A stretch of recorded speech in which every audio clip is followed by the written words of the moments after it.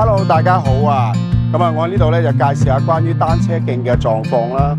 隨着城市化進程嘅加快啦，健康與環保嘅生活方式咧就越加受到重視嘅。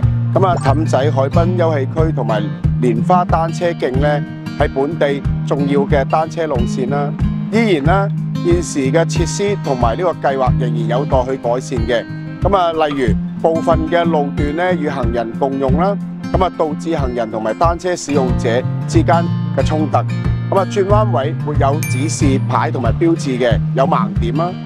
還有部分嘅路段咧要經過停車場嘅出入口、商店嘅門口、斑馬線等，容易會造成呢個意外嘅。為此，本人有以下嘅建議：一、響單車徑嘅各主要嘅路口同埋轉彎位處增設清晰嘅路標啦，提供地圖同埋騎行嘅指南，以提升安全性。第二，響開設新嘅路段增設監控視像鏡頭啦，讓使用者感受到有呢個保障嘅。